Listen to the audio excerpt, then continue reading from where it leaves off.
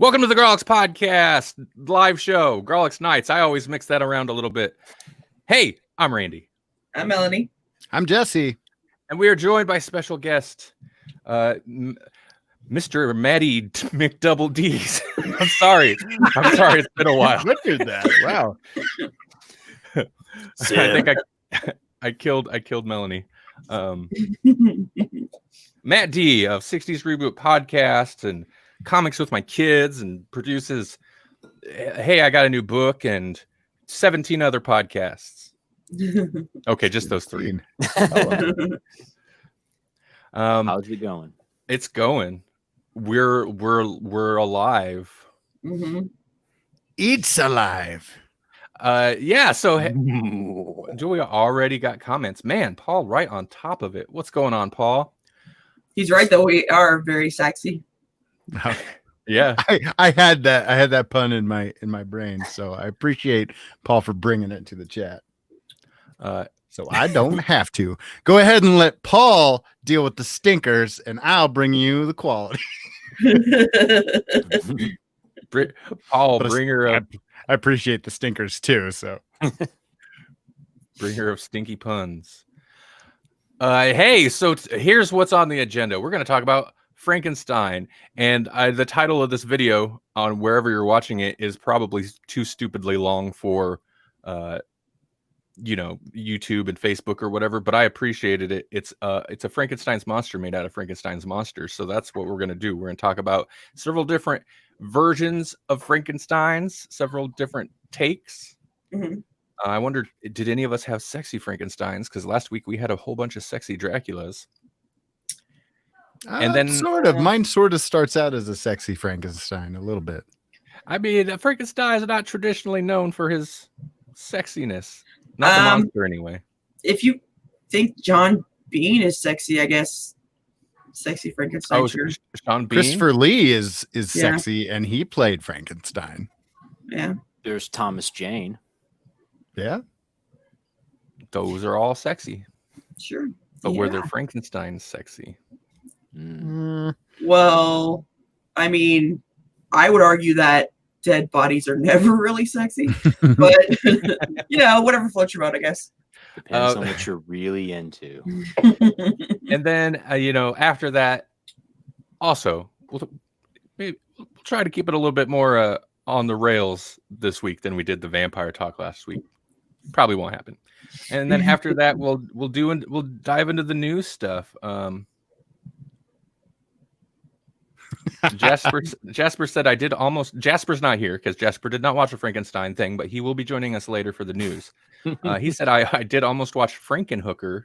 Not gonna lie, you should have.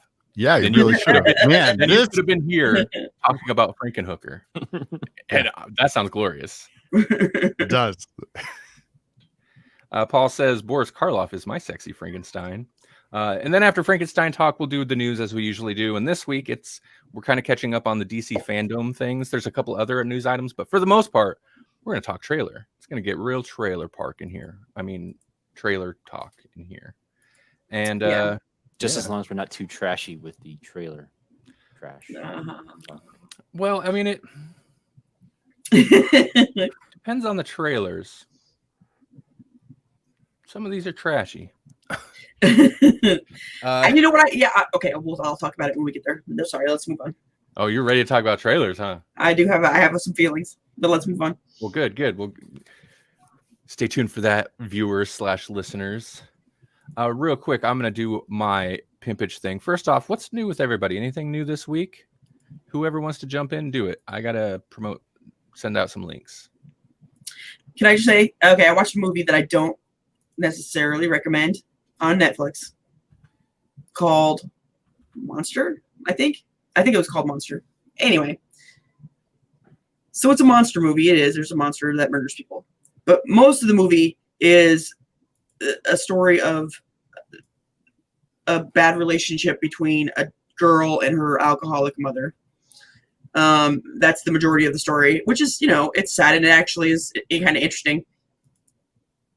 But there comes a point in the movie, and I'm going to ruin it, I don't care, where the mother sacrifices herself, like runs out and gets the monster's attention so her daughter can run and be free or escape and get help, and goes out there. She's getting murdered, and her daughter, instead of running for freedom, runs back into where they had just come out of and hides again. And I'm like,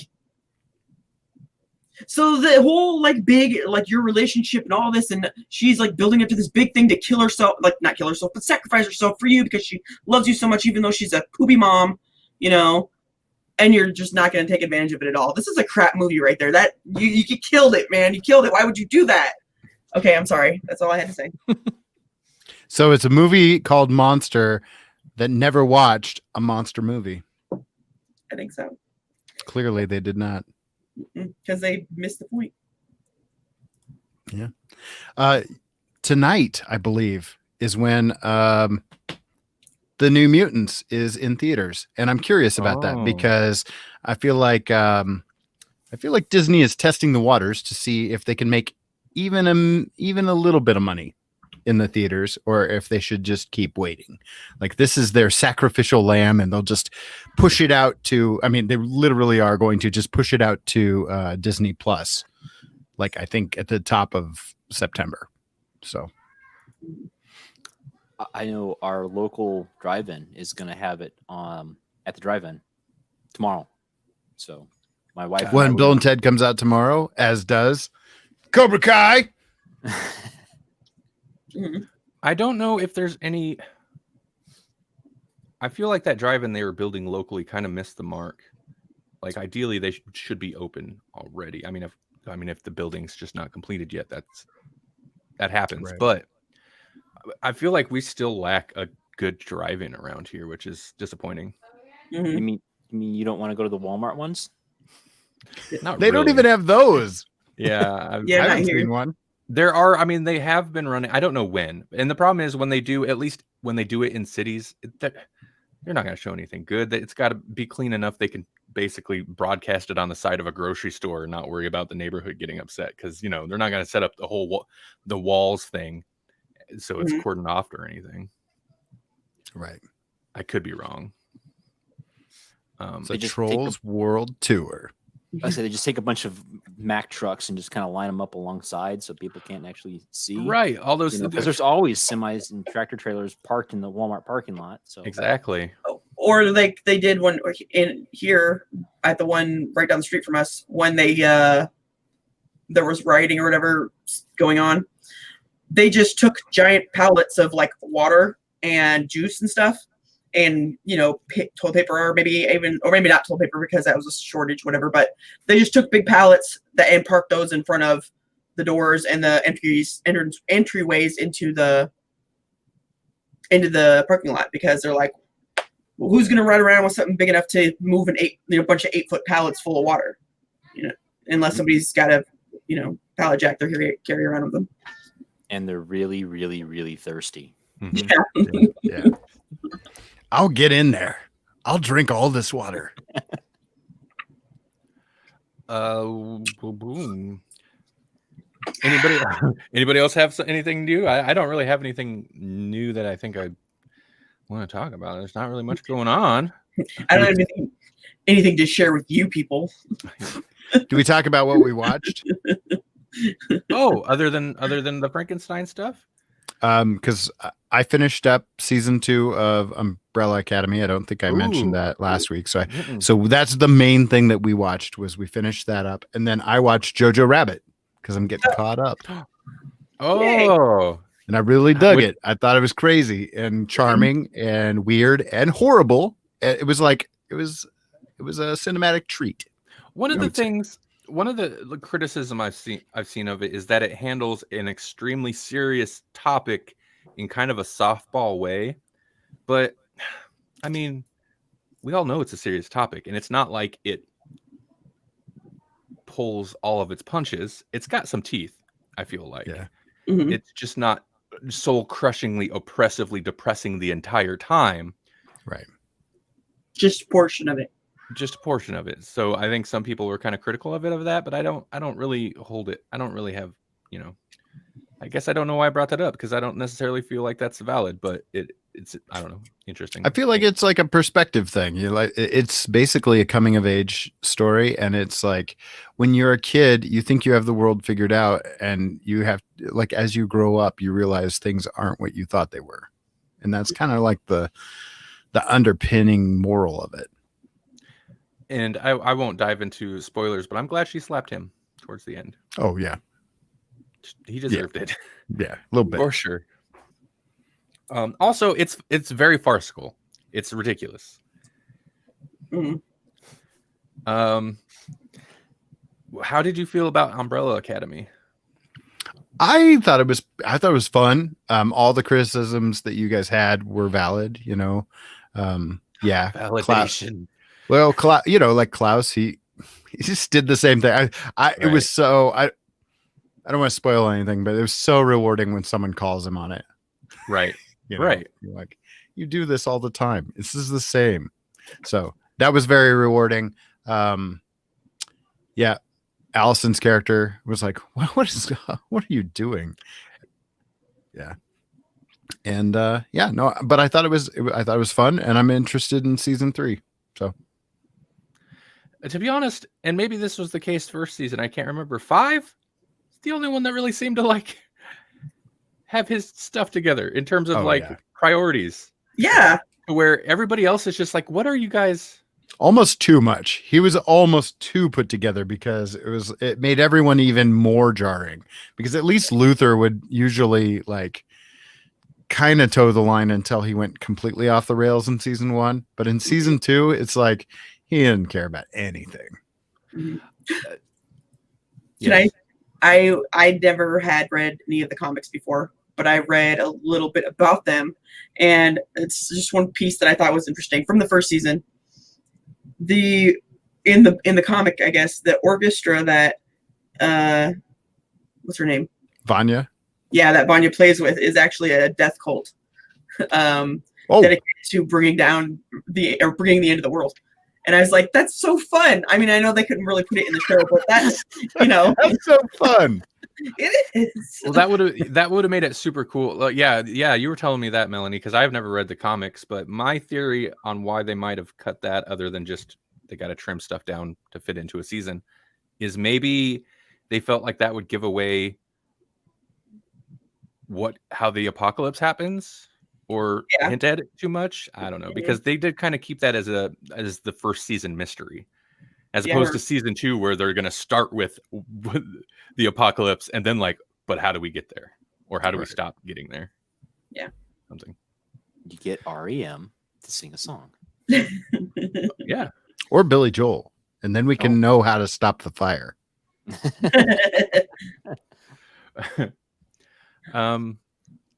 I feel like I have watched.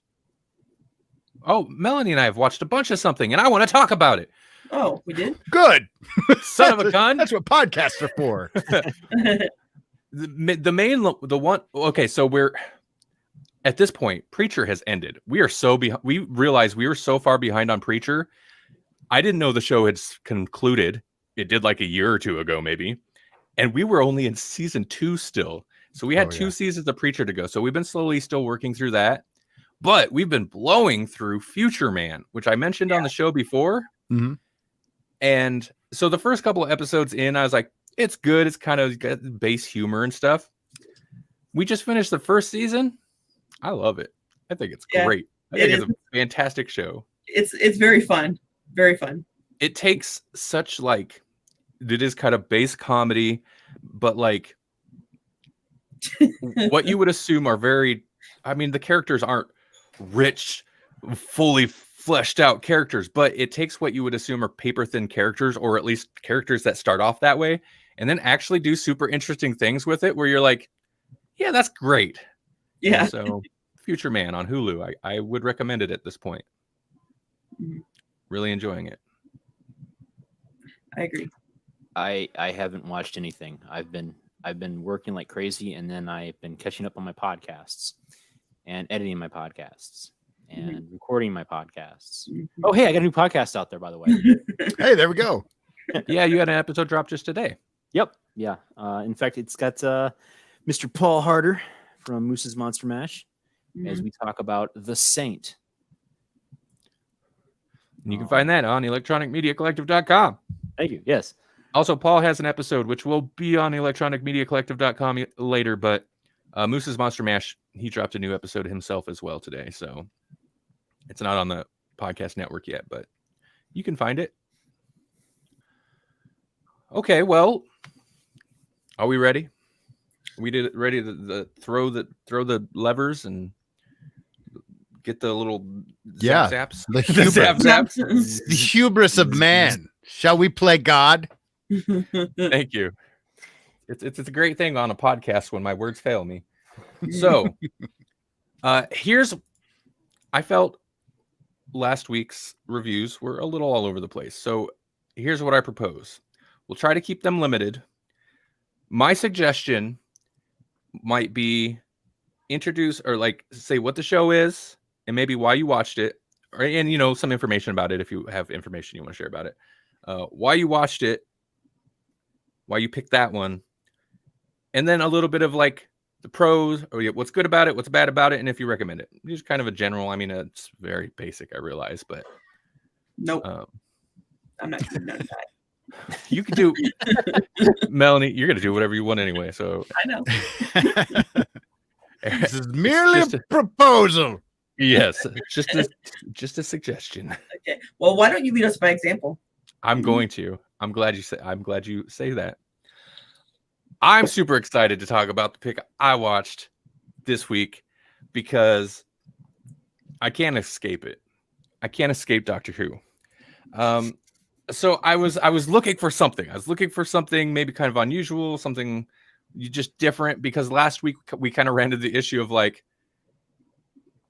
it's all pretty much the same type of portrayal of vampires. This week, I don't think we have that issue. So I come across, I'm going to start this all backwards, even though I just said. The reason I picked this, I will say what I watched. I watched a movie called Frankenstein Unbound from 1990. This was written and directed by Roger Corman. So it's a Roger Corman classic. In fact, I think it's his last feature that he directed. And I had actually watched this when I was a kid, and this came out in 1990. So sometime in the early 90s, I had rented this of my own choosing. I was like, I want to watch this. And I remember being kind of disappointed in it, but for whatever reason, I was like, well, I'd have to find this movie. And I found it on YouTube. Just some random upload. Somebody uploaded the whole movie. It is in standard def, but it's all there. So I was like, well, that's what I'm doing. Otherwise, it was kind of hard to track down. But other than that whole thing, why did I want to watch this specifically? Because the main character of this is a doctor. Not a Dr. Frankenstein. A Doctor Who. A war doctor.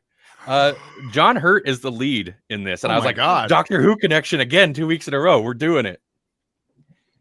And then like also, and Matt can touch on this a little bit more later, I think, thematically. So this has got John Hurt, a doctor. It's got time travel. It's got Dr. Frankenstein. It's got Frankenstein's monster and Mary Shelley. So it's got fictitious characters and it's historical characters. It's a mess. But anyway, okay. So Frankenstein Unbound. It is much more sci-fi than horror.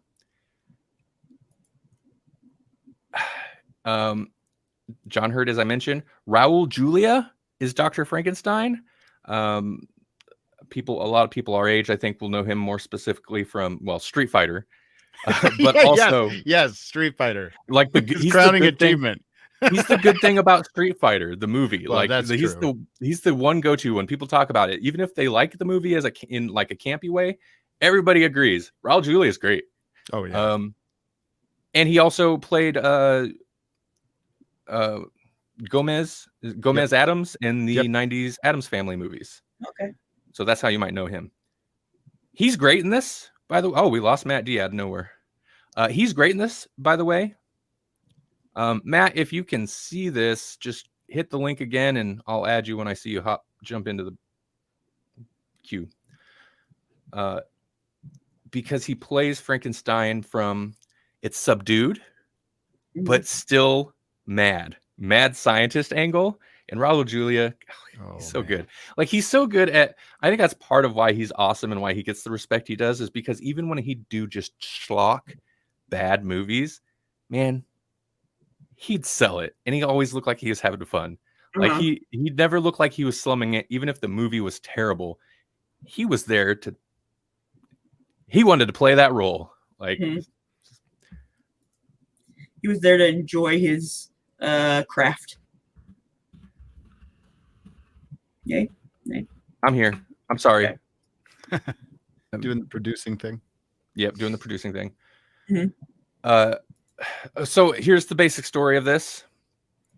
I know I said about the review and then I jump all over, but here's the basic story is John Hurt plays a scientist. He's not Dr. Frankenstein. In the year the distant future of 2031. So we're actually not caught up there yet. Wow. By the way, 2031 has some excellent matte paintings. Just so you know, something to look forward to once we get to 2031. The cities, great paintings. And he was trying. It's so funny the way they handle it, but he's trying to create a weapon because he knows, whatever, people are going to make weapons, but he's trying to create a weapon that won't destroy the Earth. And the weapon he creates is some type of laser beam that somehow damages time. So there's time slips that they talk about rather casually, even though the inference is that it's going to like slips, or are we basically doing sliders again? Because wasn't that a friggin' laser too? Was it? It's always a laser. By the end of this movie, there's lasers. It's like what is happening? What are these lasers? Doesn't matter. It's the 90s. Yeah. But basically, the idea is like these time slips eventually will end the world or something. He's basically created something, but at the same time is still trying to sell it to the government that inadvertently is destroying the time-space continuum. Well, at some point there's like a time storm and he gets sucked into it and spit out in the, what would it be, the 1700s or something, around the, That's where Mary Shelley comes in. Him and his talking car, by the way, gets sucked up, and because he's got to have a talking car. Holy moly, it's Hasselhoff. John Hurt is Hasselhoff. There's a little bit of Knight Rider in here. And spit out in 1700s or whenever. Mary Shelley's rolling around pre-Shelley, pre-marriage, so it's Mary whatever, but it's her and that weird literary threesome group. Lord Byron and the other guy. But also Dr. Frankenstein is there, and he's an actual person, and she hasn't written the book yet. He's already created Frankenstein's monster. In fact, the Frankenstein aspect of this is more Bride of the Frankenstein, but that's like just one part of like this otherwise like man out of time story. And that's the thing. So what's good? This could be a negative, but it's so weird watching this older. I actually enjoyed this way more than I remember when I watched it as a kid. Even though it's 1990, it feels like an older movie because everything's overdubbed and it's just like the quality, which most movies really are, but it's just the quality of overdub. Like all the actors are great. This also had Bridget Fonda. Jason Patrick played the monster. No, he didn't. He played Lord Byron. Nick Brimble played the monster. Well, hey, Randall, I think you're missing the most important person in the movie. Oh, am I? Yeah. Who played Dr. Frankenstein? Oh no, we're Raul Julia. Okay. Yeah. Maybe that's when you dropped out. That's when you dropped out. Yeah. Sorry. Yeah. Sorry. No, we talked about his genius. Yes. You just weren't listening. I always miss the good stuff. You weren't listening to me. Yeah, that must have been when you dropped out. Jerry the gnome. No, I'm glad you brought him up. He was great in this. I mean, I already said it, but he was great. Anyway. Uh, oh, and then the combination of the score, the music, it felt like kind of an older monster movie. It just felt like an older movie. So like everything about the sound design felt older than 1990, and so it's kind of a weird thing. Plus, you know, I mean, it was 1990, so wasn't crazy CGI, but like the matte paintings, there were a few matte paintings.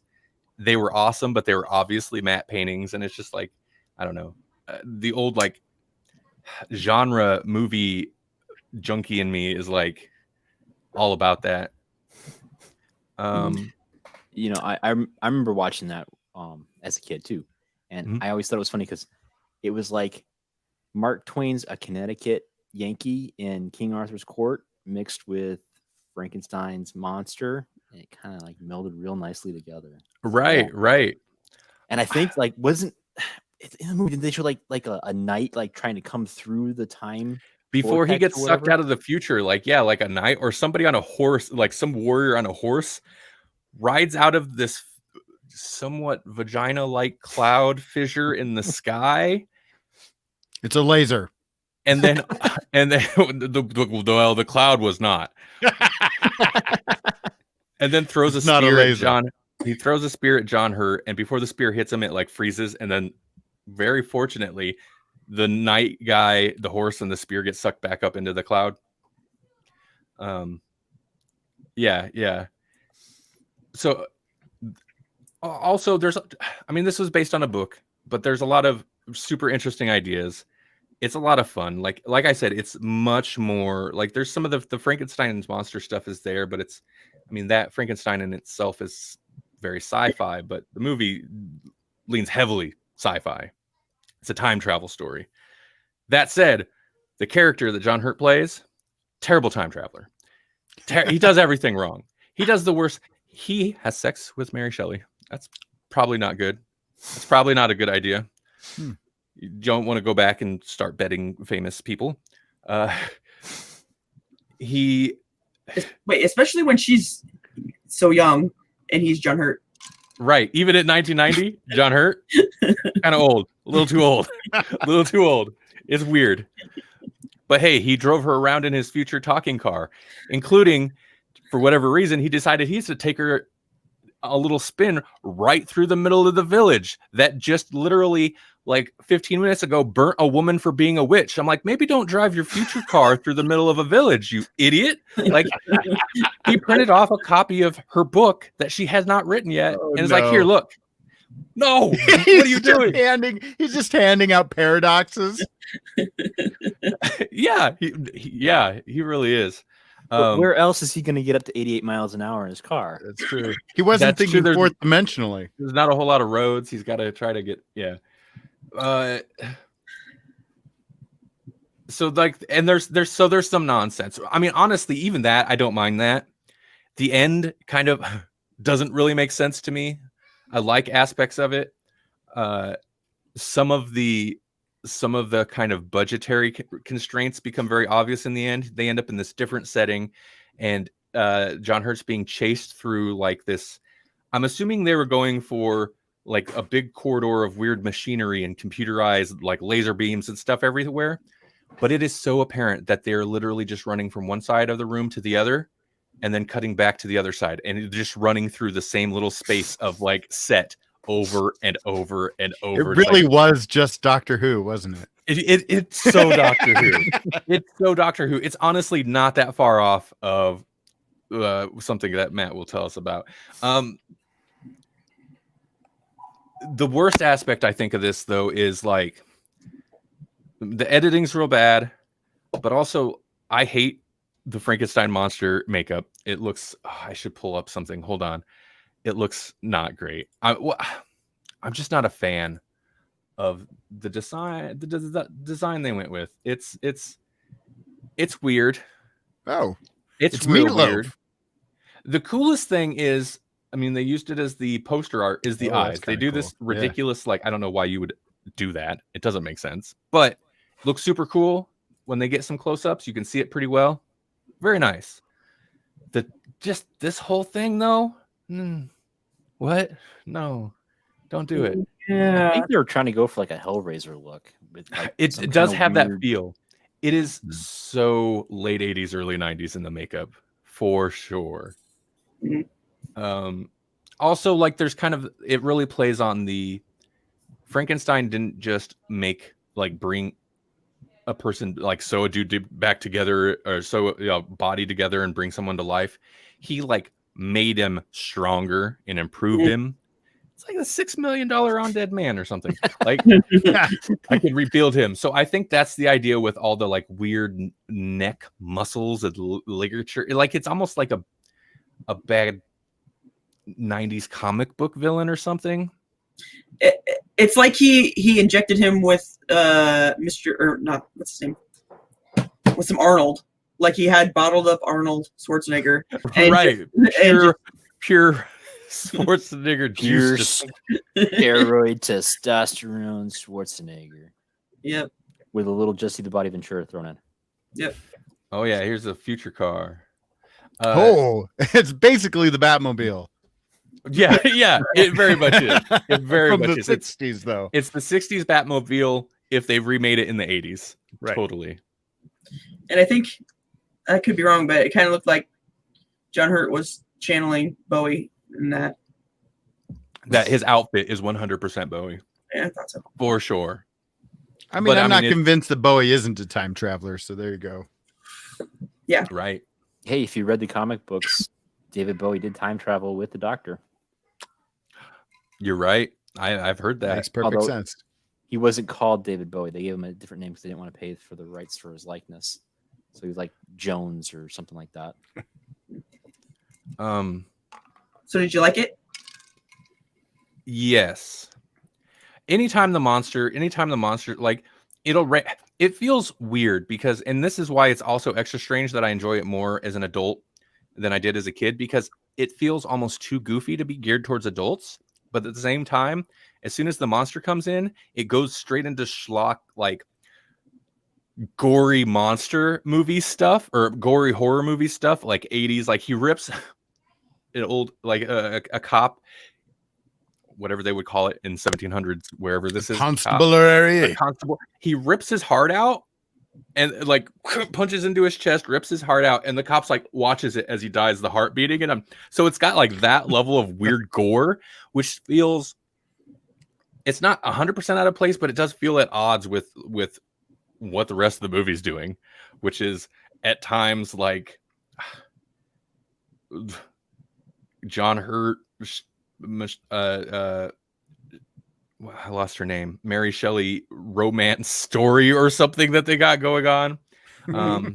There's a whole element where I mentioned the lady got burnt or got hung because they thought she was a witch. Like, there's an interesting, like, I'd be curious as to how it comes across in the book, because there is a lot of interesting elements. It feels like there's 3 different little plot lines that go on through it. Anyway, yes, I'm wrapping up my review. It's so cheesy. There's some serious leaps in logic on behalf of the plot as well as the characters. Totally entertaining. I highly recommend it. You should watch it if you're into that kind of thing. And it's really, other than some of the gore, which is good, fun, but not like really convincing. I don't think there was any nudity. It's pretty harmless. You can find it on YouTube. Just search it. You can find the whole thing for free. Well, all right. Who wants to go next? Can I ride the Doctor Who coattails? Please do. Yes. All right. So your Frankenstein is this overpowered, crazy-looking monster from time travel. Mine too. What? Is this the brain of Morbius? Oh! No, it is the haunting of Villa Diodati. Commonly the latest in the series of episodes from Doctor Who season 14 with Jodie Whittaker. And she, to retcon Big Finish, she meets Mary Shelley and Lord Byron and Mary Shelley's fiance, or I couldn't remember his name either. And like, is it Percy? Percy, yes. He's super famous. He's equally as famous, Yeah. but I couldn't remember him either. And they are at the villa of Diodati. I'm always going to screw up this person because it's not easy to say. Diodati, we like to potty. Hey, there you go. And so it's a stormy night and inspiration all around for Frankenstein. And who should show up but the last lone Cyberman? Dun dun dun. And you can see, as Randall is very much helping, you can see his face underneath the Cyberman helmet. He just wants to go around and he's trashing the place up. He's zapping everything. You know, he is basically the Frankenstein monster as a Cyberman meeting Mary Shelley. Subplot, the place is haunted. Like Graham sees ghosts, but he doesn't know that they're ghosts. And they kind of leave it a little hanging at the end of the episode. The doctor basically shows up there because she wants everyone to meet Mary Shelley. But, you know, right off the bat, she's telling him, okay, don't mention anything about Frankenstein. Don't mention anything about Frankenstein. And she's dropping the bomb left and right. You know, you talk about dropping paradoxes. She's like mentioning things here and there. And it's like, bad time travel. Don't. But hey, if your previous incarnation was John Hurt doing it in another movie, why not? Right. I mean, I kind of feel like this is the same universe now. Exactly. Like any minute now, after this whole thing happens, maybe John Hurt will show up in his car and whisk Mary Shelley away. Right after they leave at the end of this episode, like blink their memories, then John Hurt shows up. Yeah. It's his mid-regeneration crisis. He just gets a new car, goes back in time all willy-nilly. He's like, war stinks. I'm going to go on a holiday. Got this chameleon circuit working. It's good. My TARDIS has wheels. So we had talked about this episode because on this, God, why did we choose this season to do a live stream for every episode of Doctor Who? Like, but we had talked about this. We did every episode that season, and I want to say we kind of enjoyed that episode. How do you? Yeah, it was a great setup. Yeah, yeah, it was a setup. I mean, I thought it was a great episode. You know, you had all the elements of your basic Doctor Who. You had running in corridors. You had the completely going up and down the same freaking staircase over and over. You know, it's the same staircase. They're running back and forth. It's just like running through corridors on the TARDIS. You know, you had meeting a historical figure. So you had the classic Doctor Who talking about his history. And then you had some of the supernatural elements, like with the ghosts that show up, as well as with the fact that a Cyberman shows up. You have a classic villain, which then leads into the next two-parter. I'm pretty sure. I think so. Yeah. And I know it's already been done, but like literally in Doctor Who, it's already been done. But yeah, the Cyberman is a great analog for Frankenstein's monster. Totally. So that's my Frankenstein pitch. My review, best episode, probably one of the best episodes for this season. You know, I don't want to go into the whole season of Doctor Who, but I really liked this season. I really liked that episode, and I thought, hey, Frankenstein, man. Mm-hmm. Let's keep a little before we move on to the next pick. Let's keep a little running tally. Where's a picture of him? Better Frankenstein or better Frankenstein? which we going with here? I vote Cyberman. Okay, I actually think the Cyberman is a better Frankenstein. Mm-hmm. Oh God, just check out that. He's Franken meatloaf. I'm telling you. He doesn't even have Like have the food? neck bolts. Where's Unbound's neck bolts? The neck bolts, that's something interesting, and this is not. I didn't know this for a long time. People generally, unless they're universal, shy away from the neck bolts. That's why you'll see a lot of the bolts in the temples, which they kind of do here. This is a different version of the neck bolt because it's a plate that he clamps onto. Because Universal doesn't own Frankenstein, but that specific design with the neck bolts, they own that. So people don't generally do the neck bolts, even though that's what we all picture when we think Frankenstein. I picture Fred Gwynn, but that's just me. All right, so far, Frankenstein Unbound, get out of here. Cyberman, better Frankenstein. Who wants to go next? I'm ready whenever. Go ahead. Oh, we'll go in a circle. Okay, so I went with so far the only movie that's actually named Frankenstein, just purely Frankenstein. But I went with the 2015 retelling of Frankenstein, which is based on Mary Shelley's original, but also rewritten by the director, who is Bernard Rose. It stars Xavier Samuel as Adam, or the monster, but he doesn't know his name until the end. Spoilers, his name is Adam. And then it's got Carrie Ann Moss and Danny Huston. This is a Superman 2 reference right there. I don't know. It's Huston, Danny Huston. I don't know. It's so that's like the main tweak here is that it's got Tony Todd. Yeah, wow. Basically the Dr. Frankenstein role has been split in half, and so you've got both Carrie Ann Moss and Danny Huston as basically the main role of the scientist, but it's more like an underground team of scientists.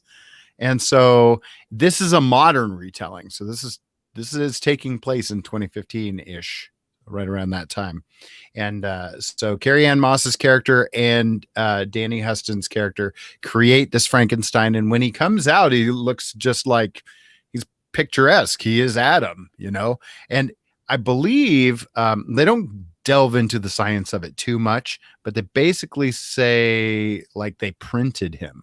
He's like his eye was micro printed or something. So I don't know the whole science of it. They didn't rob graves and get body parts and stitch this guy together. They created a body for him. Yeah, you can see some of that. It goes south pretty fast, but that one to the left is also him. So is he first off, I'm intrigued by the basically modernizing the technology itself, which makes sense. So is he degrading? Is that yes? He starts degrading rapidly. He starts out here, and yet he's still like a newborn. And for our audio listeners, I don't even know how to describe him. He's like a I don't know. It looks like James Vanderbeek. He looks like I don't know. Who does he look like? He looks Chris like Evans, maybe? Yeah. Chris Evans before he becomes Captain America. Yeah, he's a smaller, younger guy. He's still a man, but a smaller, younger guy than you would picture normally as a Frankenstein type character. That's pretty close to a sexy Frankenstein. He's a pretty sexy Frankenstein at the beginning, but he quickly starts deteriorating. And so you were mentioning the neck bolts. The interesting thing about this is the first thing that happens is he gets this lesion right on his neck, which is where you would normally see the neck bolts. Right. And that's the first sign of his deterioration. And so they're we're going to have to biopsy that. It's interesting because he comes out as a kind of young adult, newborn. So all of his reactions are just like a newborn would be. His eyes haven't developed yet. And he's got his rooting instinct, he's looking for food, that kind of thing. It's really the premise is super interesting. Then he starts deteriorating, and he's got the strength of 10 men, that whole deal. And at one point, he's broken down enough where they're abort the mission, we're getting rid of him. He's a failed experiment, so they're going to euthanize him and start over. But he's unkillable, basically, pretty close to unkillable. So they try to take him out, and he escapes. And so it's when does he learn to walk? He basically learns how to walk when he's escaping the facility that they've got him in. So there's some leaps in logic a little bit. It's like, okay, this guy doesn't know how to talk. He can barely keep his eyes open. The light hurts his eyes because he's so new. And yet he's able to operate an elevator and learn how to walk pretty fast. But by the time he escapes, like, he can sprint like crazy. Like, that's his main thing, is he's like a super soldier. He's just like super gross looking.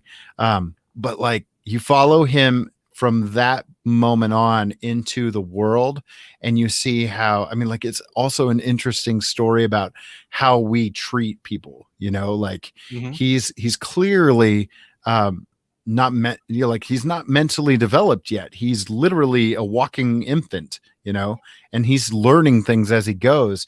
And yet he's got the strength of 10 men, and he's you know, like, he's decaying and stuff. And so he gets into all sorts of altercations with the police. It's super gory at times. Like, I don't want to give too much away, but part of his escape involves them. They're like ready to use a bone saw on his head and cut him open. You know, one of the defining features of him is his eyes, and so they were going to cut his cranium with a bone saw so that they could extract the eyes. So he's an infant. He doesn't know what he's doing. He uses this bone saw, and they were going to do that. They did this to me, so I do this to them. That kind of monkey see, monkey do kind of thing, only horrible. So he bone saws a dude in the face, or like in the head, you know, and just like his incredible strength, he knocks people into walls. I mean, like, just gross. He bone saws that dude and then touches his brain. Like, there's some pretty crazy gore that happens in here. And I was like, whoa, I had to look away. And I'm pretty, you know, like, I've seen my fair share of horror movies, but like, when you're touching a dude's brain, holy moly. Yeah, just things go horribly, horribly wrong for this Frankenstein character. And it's captivating. That's the main thing. It sounds like definitely so far the most thoughtful take on the story. That variation on the story. Super great. You showed a screenshot of the dog at one point. Right. This dog, he runs into this dog, and it's basically his first kind of interaction with another living being outside of the doctors that created him. And so this dog like helps him find food, and actually teaches him how to bury his dead, kind of thing. And then this scene that you have on the screen where he's carrying the dog's body. Obviously things go south. And so that creates a moment where he, of course, is going to react violently. They really tie into Mary Shelley's stuff in a very clever way, in that, like, in Mary Shelley's original story, he comes across a little girl, and that goes poorly. And then, you know, then the townsfolk like chase him back to Castle Frankenstein, and yada, yada, yada. And so they weave in elements from the original story in a very clever way, but also do a really good job of tying in modern technology and also like modern social politics and whatnot. So you have like the way that, some of the tensions that we're seeing in policing, you know, like that kind of thing, how we treat our homeless citizens, you know, that kind of thing. And then like, one of the cooler parts of it is that, like, there's smartphones, and Frankenstein interacts with a smartphone. I was like, holy cow, this is pretty great. Jenna asked in the chat if it's streaming anywhere. I watched it on Vudu. Right now it's free on Vudu with ads, or you can rent it if you don't want to watch the ads. I really enjoyed it, so I'll just jump to that. What was good about it was pretty much all the stuff that I've kind of said. It's like socially relevant, and yet a really good adaptation of the original story, and yet it takes liberties in kind of cool ways. I originally watched it because I saw that it was like 100% fresh on Rotten Tomatoes. Then I went onto IMDb, and it's got a much lower score, but I can see why it got a pretty good score on Rotten Tomatoes, because it was fun. I would recommend it. Cool. You know, I like how you mentioned that he's 3D printed, or he's right. printed, because it's definitely steeping it in modern science. It was right. really cool premise. I mean, I don't want to step on our official scientist, wow, amazing thing here, but you know, they're actually started taking tissue and printing hearts to use for heart transplants. So yeah, that's some pretty far out shit, man. Mhm. Yeah. It kind of reminded me, I mean, without, like, if they tone down the strength, it makes me think of Moon, if you've ever seen the movie Moon. And they're all clones of an astronaut. I'm sorry, I'm giving it away, but You're a spoiler city tonight. That's okay. oh yeah, I am. But Everything she talks about, but here's a light warning, is going to be full of spoilers. yeah, you find out early on in the movie anyway. But they deteriorate. You know, it's like they clone out a copy, and then it deteriorates until it's like no good, and then they get a fresh one, and they just keep doing that. And that's what it makes me think of, something like that, where they would be able to create a life, but it wouldn't be able to, you know, sustain itself or whatever. I don't know. Mhm. Okay. But did they learn anything from multiplicity and they didn't copy a clone? You never make a copy of a copy. Yeah, Right. but that's a good question. I don't know. Moon is a great movie, by the way. It is a great movie, and yeah, that I highly recommend. Okay, so I did want to hit a couple comments. Paul had said that he looks like a love child of Chris Evans and Matt Damon, and that seems about right. Oh, hold on. There's somebody else in there. There's somebody else in there. I can't quite place it, but He's got a little bit of that Skarsgård look to him too. oh, there's the like neck. thing Yeah, you're talking there's about. your That's where the bolt your would neck go. bolt as it's starting. Okay, so Frankenstein, how they stack up. Hold on, I lost the Cyberman. Where'd he go? Cyberman or this guy? Honestly, this guy, I don't know. He's closer to. He's still not even like your traditional Frankenstein. If they kind of printed him, right? Who we going with? He gets pretty goopy too at one point. Like, oh my god. Yeah. There's a scene where you get to see more of his body as he's changing clothes and whatnot, and it's like, oh, dude is jacked up. I'm going to point out Jenna's comment about how he was in Twilight, so I'm going to throw this out there that he's probably the sparkly Frankenstein. Is that because he's kind of got a little bit of that sheen on him. I'm thinking, He's got the shine. He is sweaty. He is sweaty. I'm glad you mentioned that comment because Jenna said that she's met him and he was in Twilight Eclipse, whatever. I don't know. I think that's the third one. And then she said, "Don't judge me." That's fair. That's fair. Jasper says he kind of looks like Ferris Bueller in one of those photos. Victor Frankenstein? Victor? Anyone? What are you doing here? Go home. Go home. Yeah.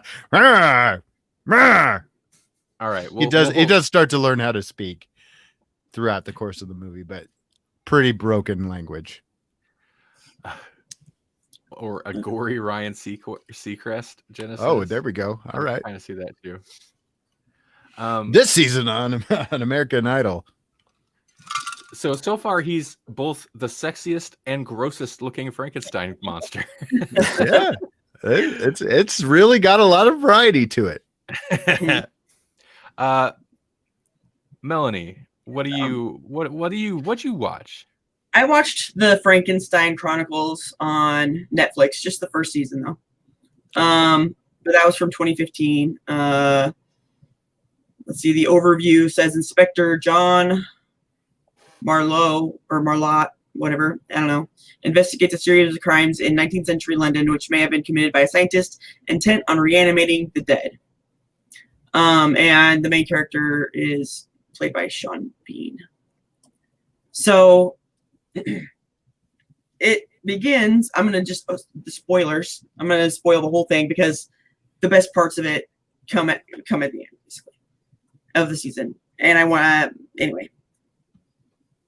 So it starts off because they find the body of a child that washed up in a like boggy area.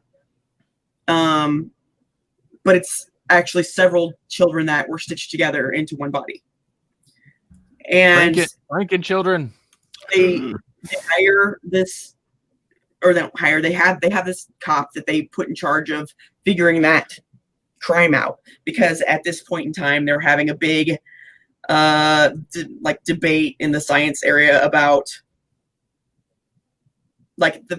physicians want to have laws passed to basically give them special rights that other people wouldn't have. So it would be bad for like apothecaries and like midwives and things like that.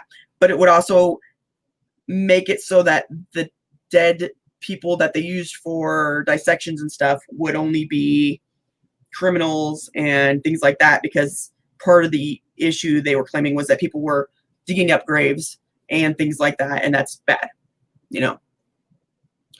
So the guy goes out and investigates, and he finds some grave robbers. He finds some bad people that are buying and selling, or stealing and selling children. He finds some people that are murdering people to sell their bodies, throughout this whole thing. And there's this there's a thing where there's a girl, like a teenager, that he kind of rescues, but she's like he keeps her as his witness, and she's staying with him for a while.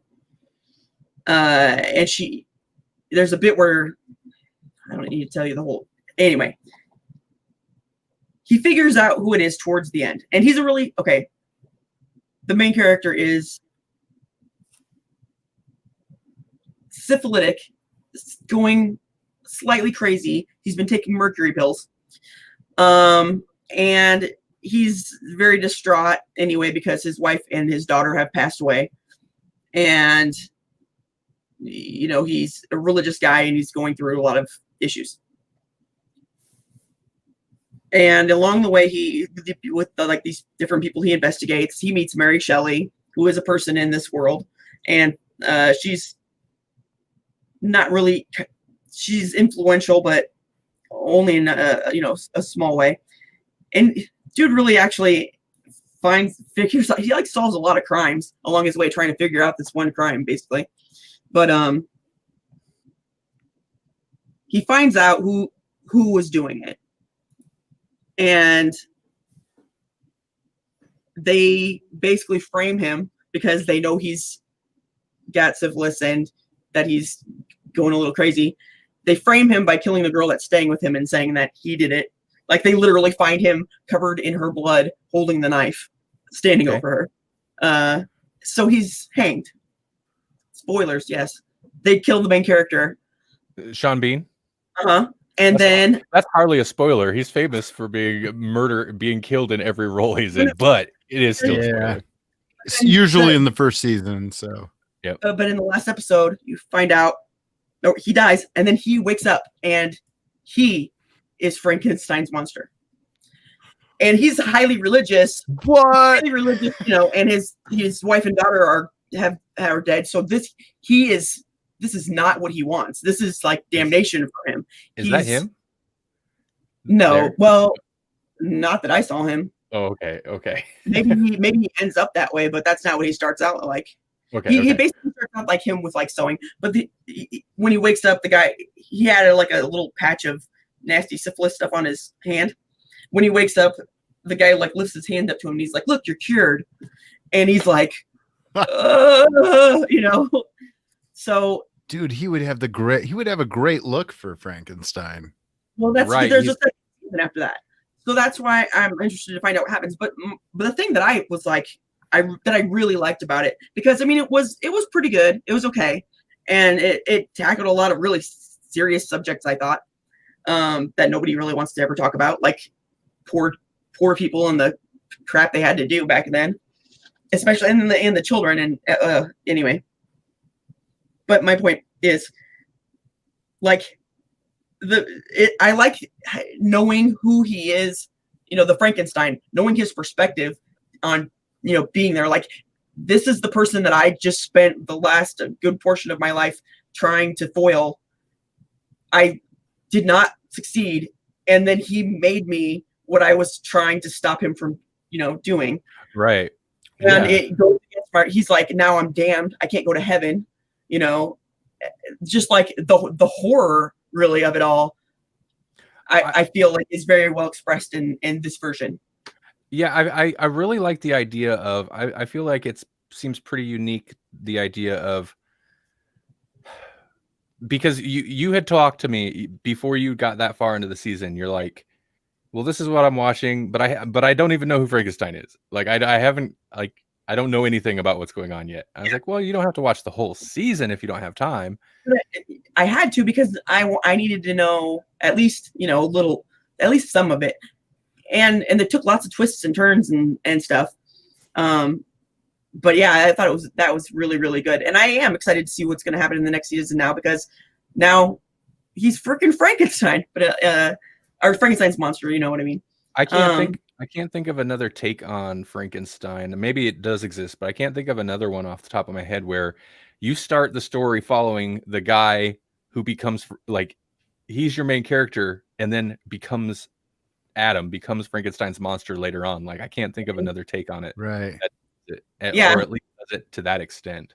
Yeah. Well, I like it a lot. But one of the other aspects that I like of it, like I said, Mary Shelley was in here a little bit, and she helps him understand things, I think. But her story is supposed to be based on a time she had where she was hanging out with, like, her husband and Lord Byron and a couple other people, and they believed that you could reanimate the body with electricity, like, for example, like when you do use a defibrillator. And in the story in the show, one of them took some poison or something like that, and they tried to revive him, and it didn't work. And that was kind of what she based her story on. But the guy that actually ends up being, like, the Frankenstein here, he's not Frankenstein. I forget what his name is. He doesn't even use. He's like, you were expecting electricity, but he's like, electricity isn't the secret to reanimating the dead. It's and it's messed up. It's so messed up. But the girl that was living with him had him like an abortion that he had administered to her, and he's explaining to him after he's already Frankenstein that he uses those tissues. He's basically doing stem cell research back then. Yeah. In the 1700s. Like whole lot of SJW virtue signaling. Bring him back, GCU SJW corner. So between these last two takes on Frankenstein, what are you guys saying? Like, sci-fi uses its format for social messages, social commentary? Maybe, but not in my Star Wars, by gum, and not in my Doctor Who's, and not in my Star Treks or any other thing, or my Marvel, my Marvel. No, my Marvel or my DC. How dare you? How dare you try to talk down to me with actual lessons? Get woke, go broke. I don't care if the Green Death was talking about social injustice. That's right. Yeah. Well, who cares if it's all about, the environment? So, Sean Bean, we got two sexy Frankensteins. That's fair. Well, I wouldn't know that I'd call Sean Bean sexy any longer. He's old. Okay, he's smoldering.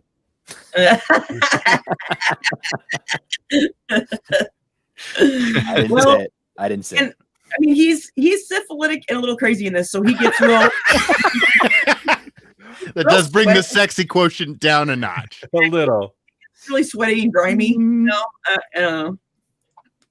Hey, before we get too far from Frankenstein's Chronicles, I just did a quick check. Was 2015 an important date for Frankenstein? I guess so. Huh. Weird. Because you had the Frankenstein Chronicles came out in 2015. Jesse's movie Frankenstein came out in 2015. The kid that played Frodo, I can't think of his name right now, Elijah Wood. Mm-hmm. His movie came out, Victor Frankenstein. And then there was a really bad movie called Frankenstein versus the Mummy, and they all came out in 2015. It's probably Frankenstein versus the Mummy was 2015. Yes. Oh, that I looked. think it was a remake, though. I think it was a remake of the one you were talking about. Oh, okay. I almost watched one, a version. I don't know. I thought it was older, but it was like 2 hours long. I'm like, I'm not doing that. But okay.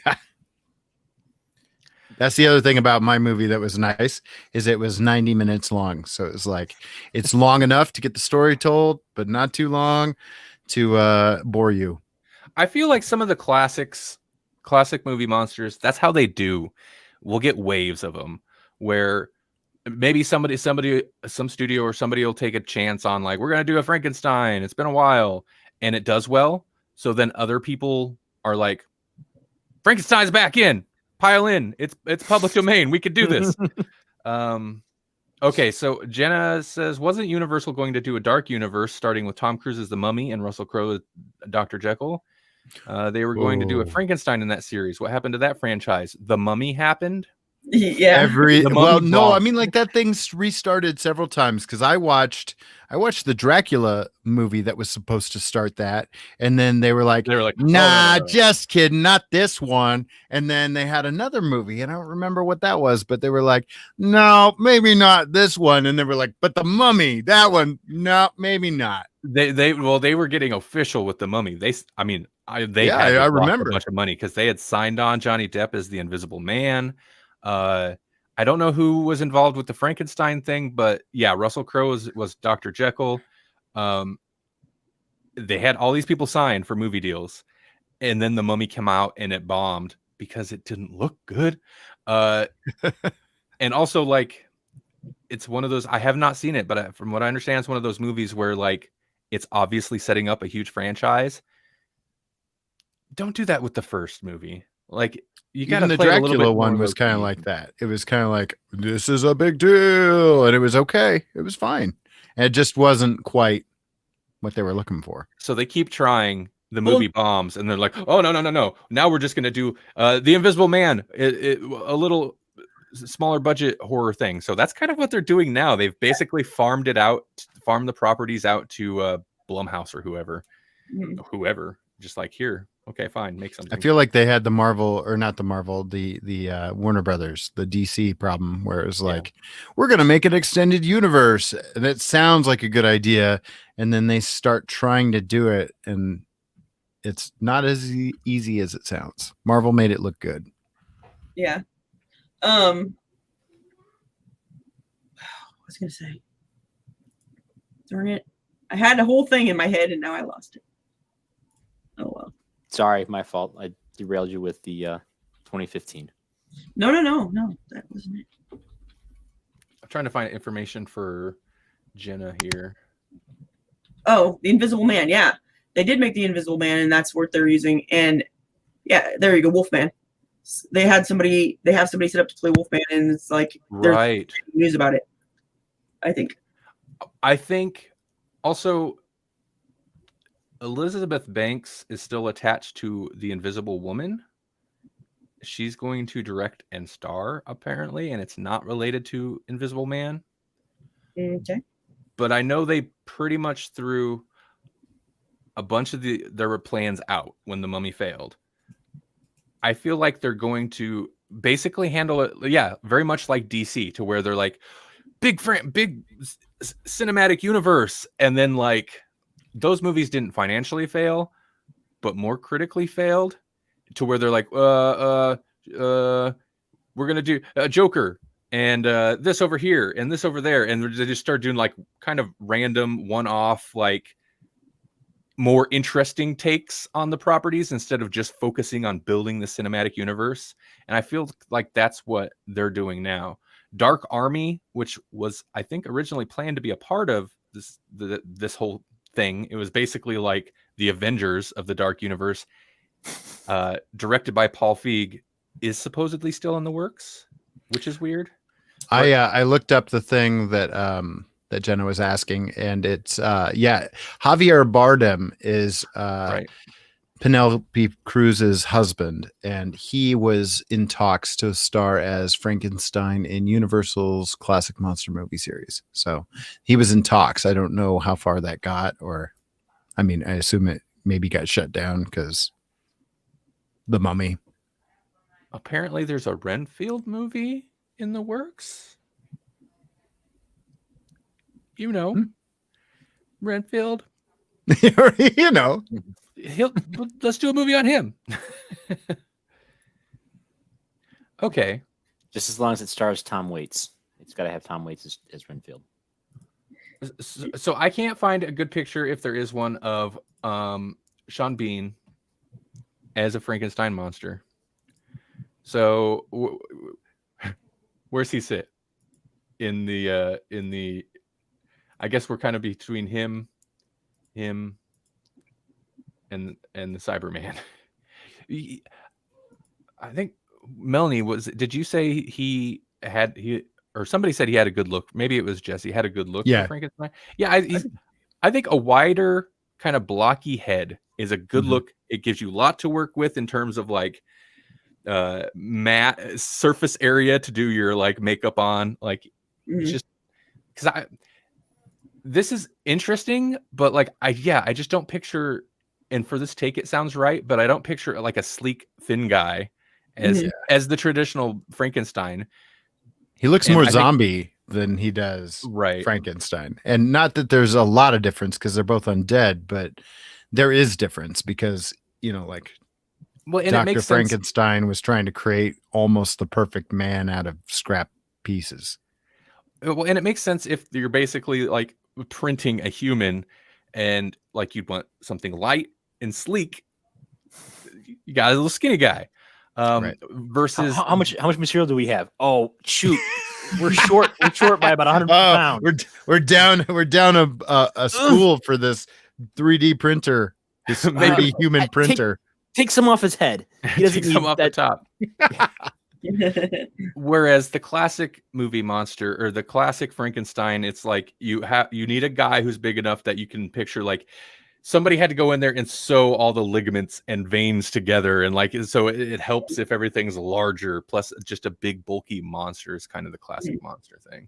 But they have lots of the sewn on. You know, that's like a feature they show a lot of it because he doesn't have the bolts either because they don't use electricity or whatever. Right. But I like that angle too. That they're like using science that we know works, but for something else. Yeah. So. Well, yeah, that's fun because that's a modern take, even though it's still a period piece. Stem cells. It's very interesting.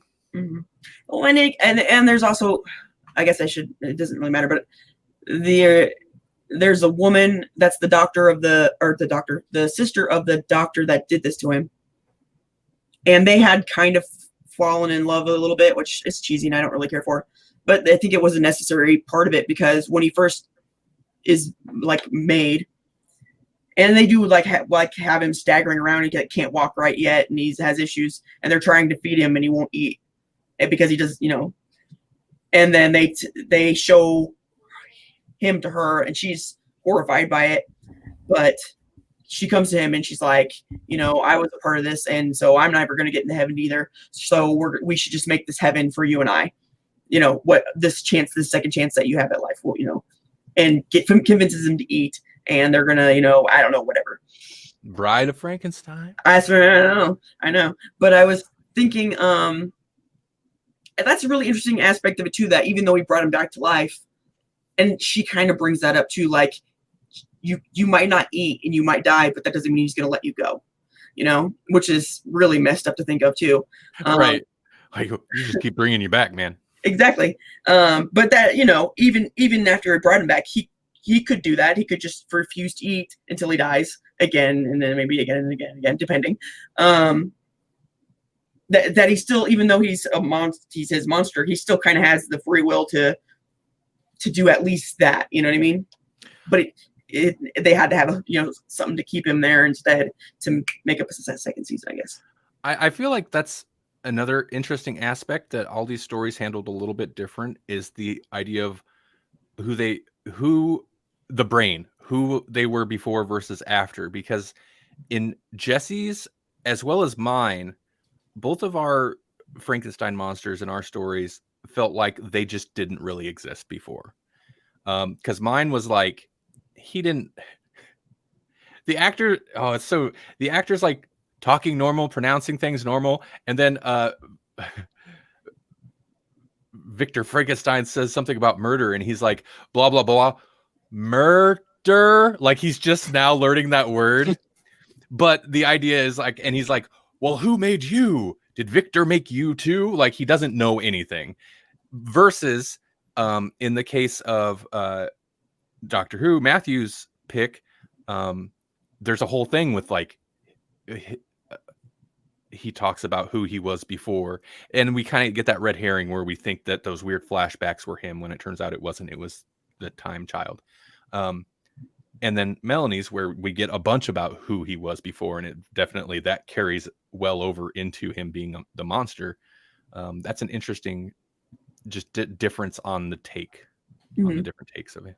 Frankenstein's monster. Yeah, I agree. That's why you always need a normal brain, not an Abby normal brain. Right. Young Frankenstein, man, that movie's so good.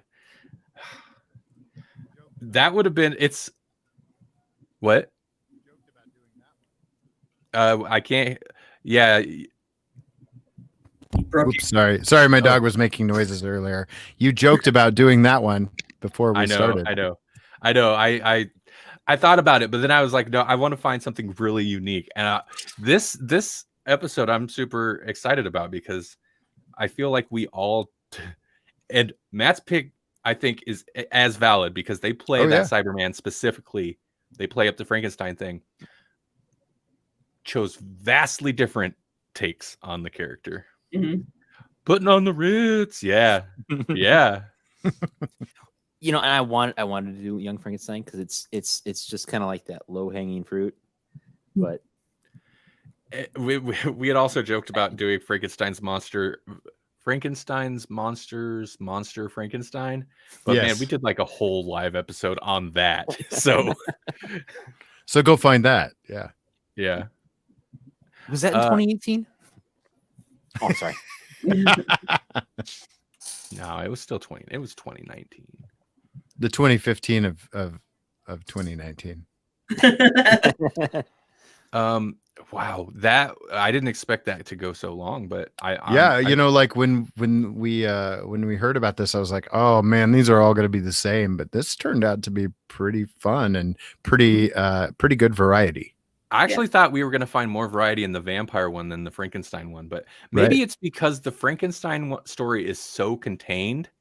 Like it's much more specific than even vampires. You got the Dracula story, but then vampires is its own like breed of monster versus Frankenstein. And I feel like since the source material is so specific, it maybe pushes people to like create to go a little more wild with it. Mm-hmm. I don't know. Okay. Wow. Well, let's not spend too much time in the news. And I hate to say that because Jasper, are you available still? If you are, hit that link up. I don't even know if he's still here or not. He hasn't messaged me. Also, I don't know which Frankenstein would win.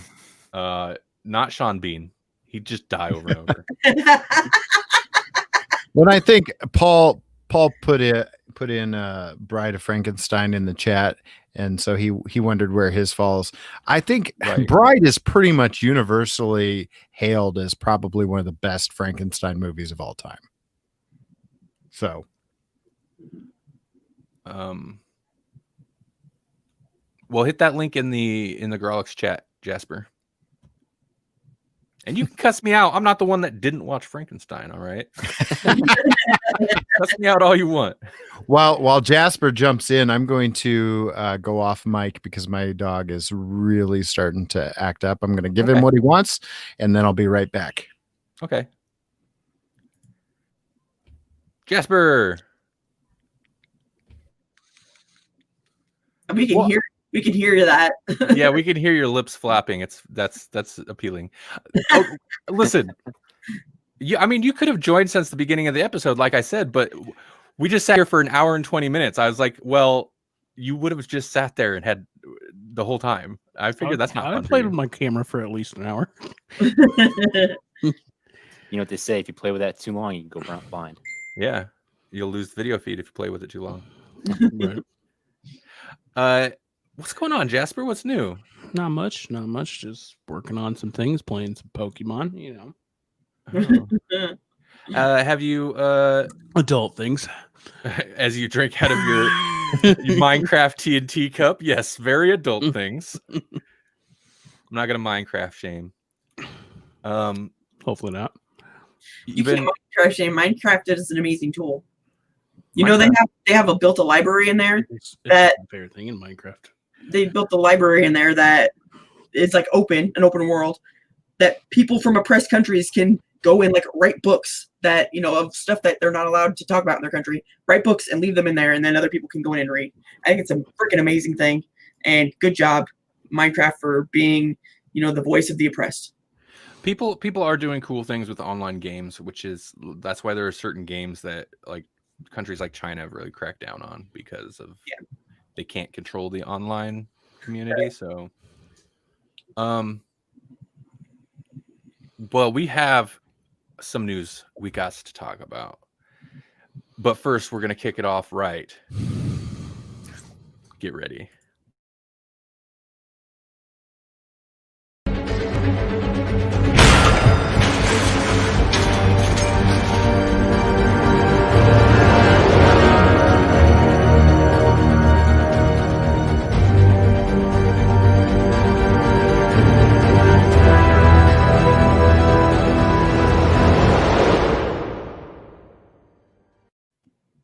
Snyder Watch.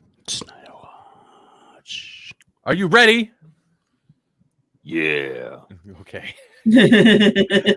All right. Yeah. So, I mean, posting last week's live show as a podcast on Monday was kind of like a letdown because we did the live show on Thursday, as we do every Thursday, 8 p.m. Central Time, right here where you're watching it now. Or if you're listening to this later on our Facebook page, Twitch page, and YouTube channel. Paul says he can't even complain this week. So Paul sent me one of these stories, by the way. He sent me a story, and he's like, yeah, that was the Snyder Watch story. Wait, real quick. Can I jump in and say? No. He says 8, but what he means is like 8:30-ish. Yes. Usually? Okay. So if you get there and we're not there, we'll be there. 8:30? Yeah. You know, we're running real late when the first number starts high, too. 8:30? 8:30? Yeah, it's 8:30. But I can't start saying 8:30 or else we're going to start at 9. That's for me. Yeah. Okay, so we'll start with Snyder Watch. Really leads into the DC fandom thing, and like I was saying, it was the fandom. And like I was saying, we talked a little bit about like stuff last Thursday, and then the podcast version of that live stream went up Monday after all these trailers dropped over the weekend. So we're going to talk about them now, and I know you've all probably seen them, but that's okay. So the big one. Let's talk about the big one. We got a proper Zack Snyder's Justice League, as they're calling it, trailer. What did you guys think of this? Hallelujah. What did you guys think of this? The music, as soon as it started, I was like, Zack Snyder, man, with your music selections. It's a Leonard Cohen. Hallelujah. He's used it in other movies already. Like, he's just got such a like weird Snyderism. It's very specific what he does, and he just does it every time. How did you guys feel about this trailer? I did not feel good things. Okay. How about, did either of you two watch it on the bottom row? Meh. I mean, that's fair. That's fair. but It didn't grab me by the short curlies. Yeah. Jesse, It was no Robert Pattinson Batman. Okay. Oh, we'll get there. Jasper. I don't know. It's just like it doesn't. My big question is it going to be any different than the original per se movie? I know it's his cut and what he wants, but I don't know. That's the one thing I'm not. Really It's gonna be 4 hours long. That's different. That sounds like I'm gonna get about 2 hours and then start playing. Well, they're gonna cut it smartly. They're gonna cut it into 4, like it's gonna be a miniseries. Yeah, they're gonna cut it into 4 episodes, which I think is smart for me. Like I'm excited about that fact because yes, the idea of sitting through a 4-hour Zack Snyder movie does not sound grand to me. However, like interestingly, when we did the Tarantino season of GCU, Jasper, I found that watching the interesting Netflix miniseries version of The Hateful Eight. I was just about to say that. It's so much easier to sit through the entire Hateful Eight if it's cut into episodes because the episode ends and you're like, I just kind of want to watch the next one now. And you end up watching the whole movie versus the idea of sitting through the whole movie in one go on it as a movie. I don't know where the change is, the disconnect, but yeah. See, I think that's where they're getting kind of like where they can get with that is that you're gonna eat it up if it's in an like you get 40 minutes and then you're like off and you're like, oh, I need to watch more. But if you watch a continuous show for like 3 hours, you're like, I think it's just the idea of being like, I'm locked into this now. Yeah. It's like getting it's like getting a little Debbie's cake, you know? You get a little Debbie's cake, you can get the little like oatmeal cream pie, and it's like, oh hey, I'll eat this one. And like, well, it was kind of small, maybe I'll have a second one. And then next thing you know, the whole box is gone. It's been 20 minutes, and you're wondering, what happened? I want more.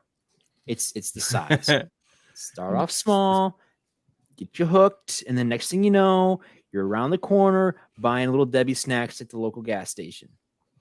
Do you guys? Okay. Something I gotta go buy a little Jasper mentioned. I want to. Yeah, something that Jasper mentioned that I want to touch on is like he said. Well, I mean, how is this going to be different? I know it's a trailer, and like we got to see like 2 minutes out of a 4-hour long thing, but I am impressed with of what we saw, how different it does feel. But it's also like part of that is the theatrical version felt like a mess. It felt like you've got, I mean, Joss Whedon he's got a specific like voice, but not a specific visual style. So you've got just kind of like generic, like, okay, well, whatever, mixed with like Zack Snyder style. And you could kind of tell the disconnect. And this trailer is just like, all that other stuff's gone. It's just Zack Snyder style. It's slow motion snowflakes, slow motion glass, slow motion everything, nonstop. That's why it's 4 hours long. It's just going to be the same movie in slow motion from start to finish. Did you see those flash scenes? They were moving at regular speed. Right. I don't know if it just doesn't help me that I've never really been into like a DC movie. Like I love DC shows, I love DC cartoons, but like their movies have just every time I went in there, I'm like high expectations, let down. I don't know. I think the only thing that I thought was cool about the trailer was that it was a black suit Superman. And if you're, a comic book fanatic, if you like bought the Death of Superman, you can kind of go, oh, okay, yeah, I wouldn't mind seeing that. But it's kind of cool. It's gonna be a black suit, but it's a black suit, I mean, and that is a big thing that that is one of, I don't know, that's since it became more evident that the Snyder cut was going to happen. He was pushing specifically the black suit Superman because he knows that's what people want. Interestingly, I read recently that they didn't ever film with a black suit, though. They just CGI'd out the color or whatever. See, I don't feel like this counts. this feels like I don't know. Like you got to go back and say this movie maybe doesn't suck, which it's gonna, but like you got a bunch of extra money and you got to see what people didn't like, and now you're going back and changing it. That's one thing I can't help but think of, like, how different is this versus if he had just finished it originally. I Also, feel like this is going to be HBO. different. I feel like HBO's like, hey, we're HBO. Maybe you've heard of us. We don't do crap. Yeah. Paul says, "Death of Superman, the biggest letdown in comic history." I did also see another funny thing. It was like they're like, forget hashtag release the Snyder cut is like release the mullet or something like that. They're like, so we got black suit Superman. Where's mullet Superman? It was the 90s. Hey, can I go back an hour and a half? I want to change my pick for Frankenstein. Okay, pick Superman. I want to pick Superman. You got resurrected. You're right. Frank and Punisher. Yeah, this isn't the Snyder cut. This is the Snyder new film. Yeah, I mean, I don't blame you guys for giving me nothing when I was like, what do you guys all think? Because it's not a movie none of us were really particularly excited for, I don't think. But I'm super curious. I'm very curious to see what's different because I'm fascinated. I think part of my interest is once it was announced that it was real, I think my interest did legitimately spike in that, like, I'm fascinated by, like, there's YouTube videos and channels that do like, what went wrong with this production? What happened here? What are the differences between this and that? Like, I'm kind of fascinated by that stuff. So now it's like in a new territory versus just a bad bungled superhero movie. Now we get to it's what is it? Superman 2 again. Like we get to see like the what's his name cut. Donner cut. The Donner cut. Like, I've watched both just to see what the differences were. So it's just really, it's too much that you like the behind the scenes stuff. You like to watch stuntmen react and then tell you why their stunts were good or bad or whatever. You like all that right. And this is like a fascinating look at. It's not, it itself is not a look at, but it's a fascinating, just like weird turn in the industry of like, it's just a lot of speculating you can do about what actually, whatever. Well, that was a weird thing about Donner's cut was that you got like a CGI Marlon Brando after the fact. It was like, what did we need? More CGI Marlon Brando. Now, fast forward to present day. What do we need more of? Hologram James Dean. As CGI Marlon Brando. Please. We're recasting. We're going to retroactively recast Russell Crowe as Kal-El. That's his name, right? Jor-El. Yeah.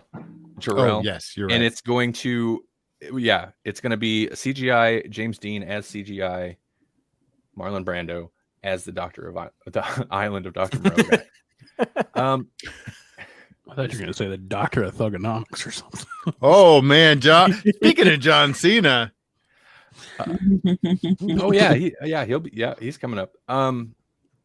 Before we leave Justice League, which we will momentarily, don't worry. Did we see the Martian Manhunter in that trailer? No, I didn't. But but was he in there? That's the question. He might have been, because Zack Snyder hinted. Where did he tweet? Where did he send this out? Was this doesn't look like a Twitter. It might have been a Twitter. It also might have been that weird Vero that only Zack Snyder uses and nobody else uses. But or it's Instagram. He sent out a picture and he said, "This is something that you probably didn't know." And his capitalization is a mess. It's all over. That's worse than Trump's capitalization.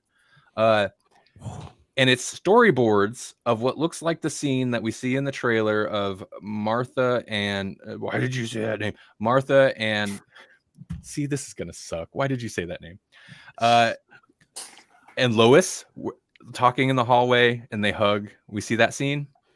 According to these storyboards that he sent out, the camera then pulls back after Lois closes the door. Martha turns into a certain green Martian and then into a regular person man and walks off. Huh. So what? Martian Manhunter. Martian Manhunter's trying to hit on Lois? Yep. through yeah, Superman's mom is a Martian. through Superman's mom. Or is it Martha Manhunter? Martha Manhunter. Episode title. You're right. Thank you. I'm gonna note that right now. Martha Manhunter. Wow. Uh, Wow. What is this show?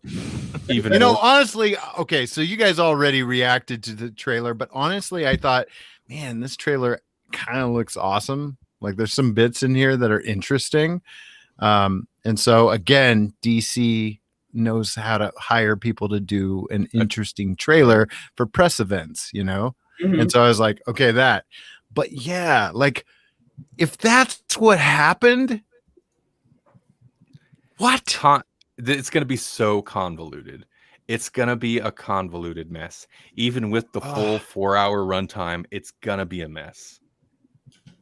Yeah. Might be a Why? beautiful mess, though. We get the parademons back, right? I believe so. The trailer, I think he was very careful to include scenes that were not ended up in the theatrical. Like, I mean, because a lot of his stuff he originally shot did end up in the theatrical, or else they'd have like a quarter of a movie or something. But also, I think it's a weird decision, but smart is to go with the full frame that it was shot in for IMAX. Just because, despite making it look like everything's got an Instagram filter, it further separates it from the theatrical cut. You know what I mean? Mhm. Right. Aspect ratio is a big deal, and giving it an almost taller than wide square aspect ratio has a big effect. So that, I think, helps make it feel different. They should just shoot everything in 4:3. Let's go back to the 80s. Right. No, that's okay. I'm good. You know, we're about want- at that point. We've almost hit that point where now that aspect ratio is going to make a comeback. And then they're going to crop it and zoom Yep. in for widescreen like they did with The Simpsons. And I'm going to get upset. It's going to be like widescreen all over again before TV's caught up. True. And then like a half hour of him messing with the remote trying to get everything. Got to be correct. I know. Why even watch it? Why even watch it? You could do a thing. Why or you does could do everybody it have wrong. such a big forehead? Right. It's all stretched out. Well, let's go ahead and jump over to the Batman, because this is the trailer I was not expecting. Suicide Squad, we'll get to that. That's kind of interesting. But the Batman is the trailer that I was not expecting to be excited about. And I am actually kind of excited about it because it's bat dancing. It is. It really is bat dancing. That is definitely a callback, but it feels like the Batman the 90s didn't deserve, but they needed. Again, you know, one thing DC really excels at is trailers. Yeah. Right. I've read this a couple places now. They've only shot 25% of that movie. Like that, they haven't even got a quarter through that production yet. But they put together a good trailer out of it. That was a dang good trailer. Yeah. It feels like, as I told you guys in the chat, it feels like if they made a Batman movie in the 90s after The Crow came out and was very successful, that wasn't the Joel Schumacher ones. If they embraced the Crow direction, you know, Right. I mean, Tim Burton wouldn't have made that, but they brought somebody else on. And they're like, Crow's big, do another Batman. This feels like what that would be. Right. Yeah. It feels like they hired the guy that did The Crow in Dark City to do this. I know they did. Yes. Oh man, I love both of those movies. Right. It's kind of got that. It's got that like kind of gothy 90s feel. They've got a skinnier. I know emo wasn't 90s. That was later, but we got emo Batman, an actual emo looking Batman. Mhm. You know, honestly, I know he's, you know, sparkly Batman, but I think he's a pretty good actor. I think he's convinced me that he could probably do something really good with this. And like you said, it's definitely the quality of the shots. I mean, looking at it, maybe it's just the way they edited the trailer, but it was definitely a lot darker. You know, Yeah. I had a lot of feeling of like Year One. You know, the Frank Miller David Mazzucchelli comic. Specifically, they are doing it. They're treating it like year 2 Batman. It's Okay. early year. It's not quite year 1 Batman, but it's early days. Yeah, but the thing that I noticed when we watched it or commented on to Randy was it seems like the Gotham I remember being Gotham, where it's like always a dark and stormy night, like Right. every night, it's always like raining and dark, and even where there's light, it's all shadow. Yeah, it feels like, I mean, visually it's different, but it feels like the Tim Burton, the animated series, Gotham City, to where it's just dark because it's Gotham City. Yeah. Got Goth in the title.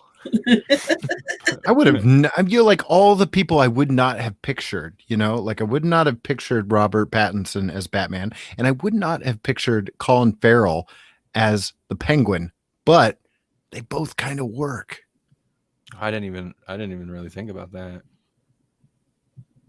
Colin Farrell, since he's gotten older, I like him more in roles. Young Colin Farrell, I did not care for.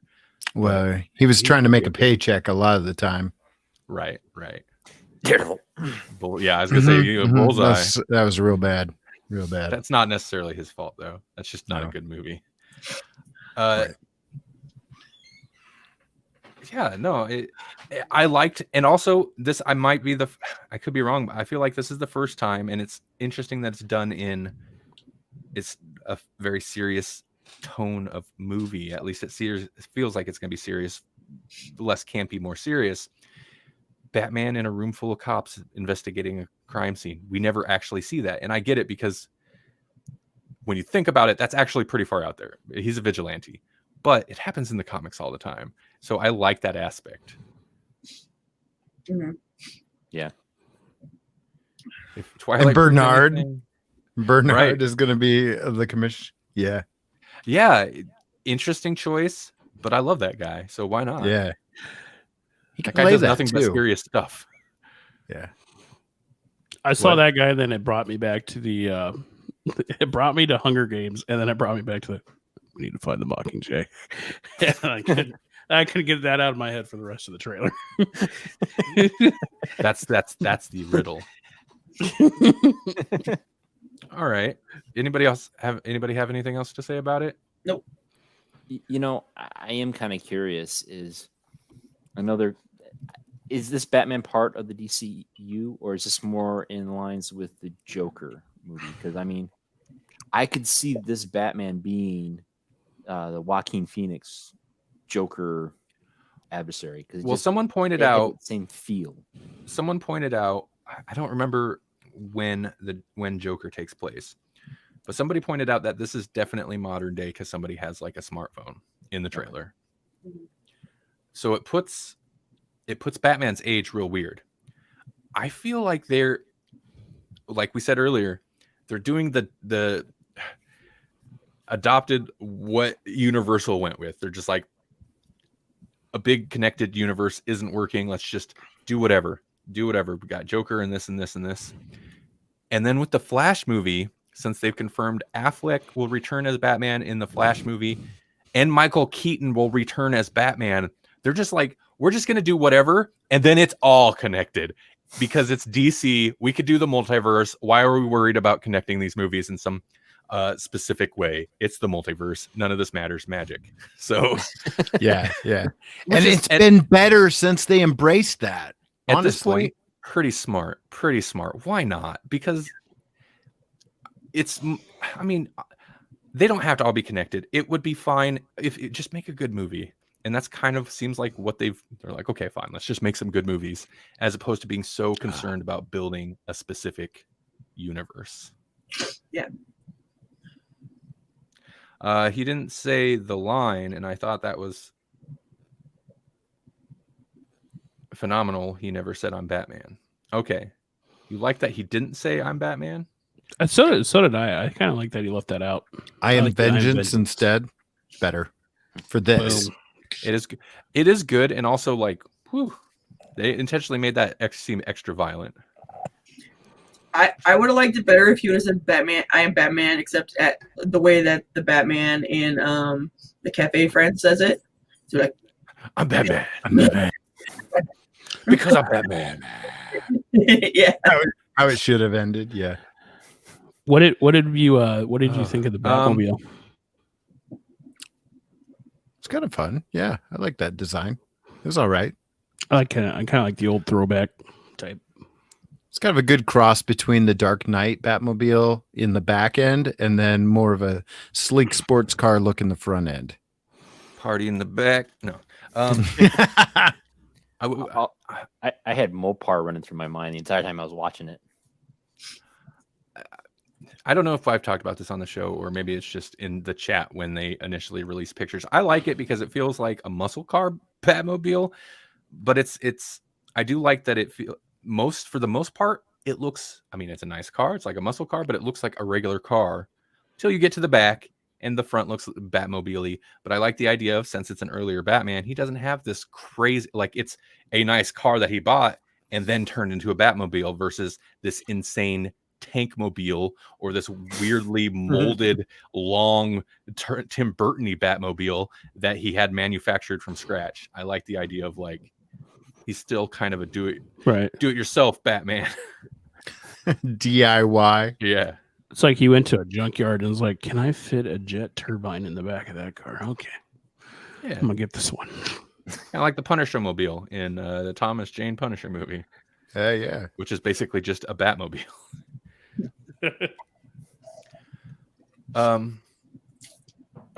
Okay, the other big DC related trailer, man, what time is it? Ooh, we got to wrap it up soon. The Suicide Squad, not quite a proper trailer. Mm-mm. They released, I watched it, it's all in one video, but it's technically two separate things, and if you haven't seen it, I'll have links on the show notes page here in the future. But there's the the exclusive sneak peek, which has like the little like raw like little clips of audio interviews with people that have made it, and then clips of them shooting it. And then also they released the roll call, which is kind of being touted as the teaser or the trailer right now, which is mostly just some graphic stuff, like artwork and stuff. What do you guys think? Did you watch this? And James Gunn. I watched them, and I don't think that they should be counted as trailers. Yeah. They don't show the movie at all, and they don't get me excited for anything, honestly. So that was just a waste of their money and their time. That's what it was. Batman. Paul, you're Batman now, apparently. Paul says, holy casting Batman, and I think that's kind of hits on something I didn't really think about, but that's the big thing. This is like a big like casting announcement of like here's who's all in it, and this is what they're gonna look like. Oh man, so many people too. I don't care. It's like baby unboxing, okay? It doesn't matter. Let me know when it's done. Then show me. I'll be like, oh, it's a cute thing now. Before, I'm not gonna come to your stupid party. I don't care. You know? I will chromosome it has. I will invite me when you're done. I will agree with you, Melanie, because what I see, you don't get to see footage. You do see them shooting stuff. That stuff didn't really get me excited. It didn't look amazing because it's not the actual film. It's the whatever. It's some funky sets. They look like they're in a jungle, and then it's a bunch of people talking up James Gunn, and that's kind of I feel like that's smart from a marketing because they're like they know. They're like, people didn't really like the first one, but James Gunn, people love him. We got him. James Gunn. And like the whole thing is just talking him up, and then him like, this is the craziest movie I've ever worked on. Like, just, right. What? And John Cena. And then like, yeah. This guy's in here, and here's this person. Where's Capaldi? Apparently, he wasn't on set that day. Yeah, what was that? Because I saw the roll call one, and I was like, oh, that's right, I forgot. And it was like, where was he in the thing? Dude, he's gonna be in like a scene or something, or he'll be mostly CG most of the time. And who's Taika Waititi? Is he Weasel or whatever his name is? Oh yeah, Nope, because he's not Weasel. Weasel is Sean Gunn. Yeah, that's right. That makes Sean sense Gunn. too. Yeah. Is he King Shark? Who's King Shark? I don't even know. Who? I only saw the roll call one, and I gotta say, when I saw Peter Capaldi, I'm like, well, here's my money. Yeah. Well, yeah. That's the Right. and Like, I am we would- curious because they didn't show any footage, but is like half the cast gonna get killed in the first 15 minutes of the movie, like the way Slipknot did? Like, I almost bet they will intentionally do something because of that. Mhm. I wouldn't put it past James Gunn to write something in there to address that meme specifically, because that's what it became. It became a meme about, because it was ridiculous. And I feel like, I don't know, there's a joke there. Mhm. I'll let James Gunn decide if anybody's gonna make that joke. Paul says, "I bet Capaldi is the big bag." Oh yeah, no, I guarantee it. Mhm. For sure. Yeah, you see how big his And head he can't see John Cena in this movie. I'm intrigued, but yeah, I mean, this didn't like blow my mind. Let's see more. Mhm. They're right though, James Gunn. That's true. That's true. I mean, They he had me at James Gunn. automatically gets a watch. He made Slither, and he started on Tromaville movies, and somehow is making huge blockbuster superhero movies. And let's be honest, guys. When we went to go watch Suicide Squad, we went in knowing full well that it was a crap movie that everyone hated, and we still gave it our money. So it's not like we're not going to watch it, even if it wasn't by. Bought the extended edition. Jesse gave it more money. Oh, see, I'm just saying. We're going to watch it anyway. They don't even have to. They don't have to tell us anything. They just have to say, "Here's a new movie in one of the comic book universes," and we'll be like, "Okay." I will say, the Harley Quinn movie won me over to Margot Robbie as Harley Quinn. I like Margot Robbie anyway, but I think that movie did kind of help me to like that version of the Harley Quinn character. Right. So I'm mildly interested to see her in another thing. I haven't seen that yet. Really? Yeah, it's not bad. Okay. It's better than Suicide Squad, that's for sure. They do some nasty arm and leg breaking though. It's rated R. Yeah, they do. So I get the vibe that this was DC Fanderdome and 3 movies entered, but really only one got to leave, right? So the Batman. Yeah. You can't beat young Batman.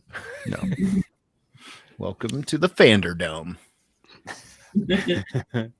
Okay, real quick. There was one other trailer I just wanted to mention, just because. Melanie, did you watch that trailer? Yeah, I did.